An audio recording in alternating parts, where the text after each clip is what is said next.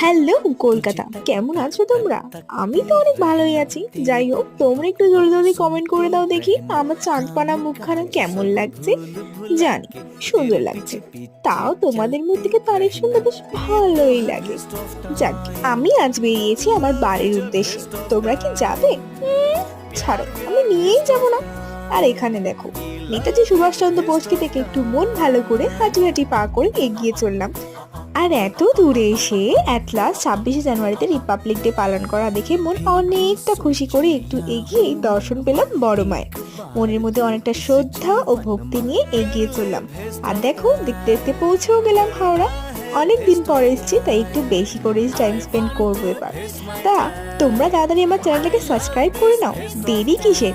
আর আমার ভিডিওটা ভালো লাগলে লাইক কমেন্ট সাবস্ক্রাইব করতে একদমই ভুলো না, কমেন্ট করে দিও। বাই।